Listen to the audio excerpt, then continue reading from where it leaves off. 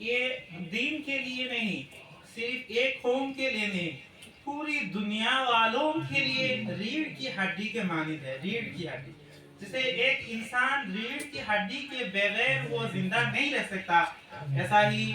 دینی مدارس اگر دنیا کے اندر قائم نہ رہے تو کوئی انسان دنیا کے اندر انسان نہیں رہ سکتا۔ جو جیسے جانور کی صورت کو ایسے تو صورت میں دیکھنے میں تو انسان ہو سکتا ہے، لیکن اندرونی حالات میں تو وہ نہیں ہو سکتا، انسانیت اس کے اندر نہیں ہو سکتی، جانور جیسے ہو جائیں گے۔ اسی وجہ سے مدرسے کی اہمیت، ضرورت پوری دنیا والوں کے لیے ہے، صرف مسلمان کے لیے نہیں ہے، قوم کے لیے نہیں۔ جو سمجھتے ہیں، جو نہیں سمجھتے ہیں، اللہ رب العزت ان کے دل و دماغ کے اندر سمجھ عطا فرمائے۔ لیکن یہ اس کی حیثیت ایسے ہی ہے، اسی وجہ سے اللہ رب العزت نے اس ادارے کے اندر رہنے والے پڑھنے والوں کے لیے بارے میں بتایا ہے کہ هل يستوي الذين يعلمون والذين لا يعلمون، کہ جو جانتے ہیں اور نہیں جانتے کبھی ہر چیز وہ برابر نہیں ہو سکتے۔ اور اللہ رب العزت نے اسی وجہ سے دوسری جگہ کے اندر فرمایا ان اللہ رب العزت نے تیسری جگہ کے اندر فرمایا فلولا نفر من كل فرقة منهم طائفة ليتفقهوا في الدين، کہ تم میں سے ہر بڑی جماعت میں سے چھوٹی جماعت نکلو، دین کی تفصیل و علم تفصیل۔ اللہ رب العزت نے چوتھی آیت کے اندر فرمایا وَلْتَكُن مِنْكُمْ أُمَّةٌ يَدْعُونَ إِلَى الْخَيْرِ، میری بہن اس کے مثال کہ تم میں سے ایک جماعت جو خیر کی طرف لے جانے والی۔ اللہ کے نبی نے بھی ان کی شان کے اندر فرمایا ہے فضل العالم علی العابد كفضلی علی النبی، کہ جیسے ادنی صحابی کے مقابلے میں میری فضیلت ہے، ایسے ہی ایک عابد جو عبادت کرتا ہے لیکن علم نہیں رکھتا اس سے زیادہ فضیلت، ایسے ہی برابر کی فضیلت ہے ایک عالم کی اور ایک عابد کی۔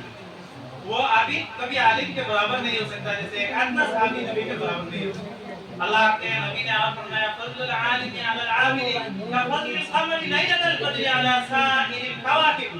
یہ چودہویں رات جو چمک اور دمک کے ہوتا ہے اس رات کا چاند تمام ستاروں پر، اور اسی طرح باقی دن کے چاند کے مقابلے میں جیسے ایسے ہوتا ہے، اور ستارے کے مقابلے میں اس رات کا چاند جیسے زیادہ فضیلت اور چمک دمک والا ہو جاتا ہے، ایسا ہی ایک عابد کے مقابلے میں عالم ہوتا جاتا ہے۔ فقیہ واحد احد اشد علی الشیطان من الف عابد، اللہ کے نبی نے تیسری جگہ کے اندر فرمایا کہ ایک فقیہ جو علم کی سمجھ بوجھ رکھتا ہے اس کو شیطان بہکا نہیں سکتا ہے، 1000 ایسے عابد کو بہکا تو سکتا ہے آسانی سے، لیکن ایک فقیہ کو نہیں بہکا۔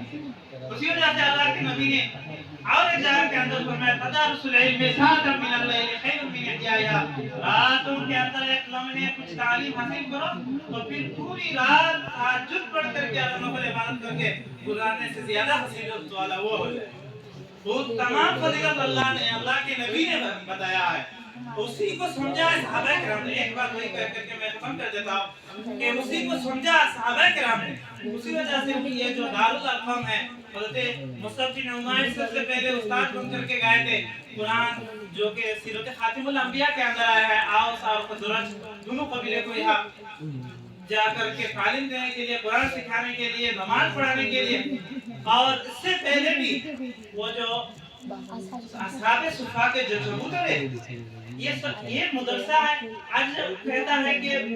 بدعت حسنہ کی مثال کیا ہے مدرسہ، بدعت حسنہ کی مثال میں بھی وہ بھی نہیں ہے کہ جو کہ صحابہ کرام نبی صلی اللہ علیہ وسلم کے زمانہ میں نہیں تھا، ابھی وجود میں آیا ہے اور اچھے کام ہے، اس کو بدعت حسنہ کہتا ہے، لیکن وہ ایسا نہیں، نبی صلی اللہ علیہ وسلم کے زمانہ میں بھی تھا، صحابہ کرام کے زمانے سے ہے۔ یہ نیک ادارہ ہے، نبی کے گھر ہے،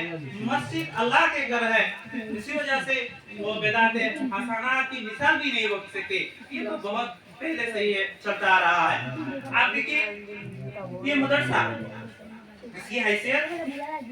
سمجھے ہیں،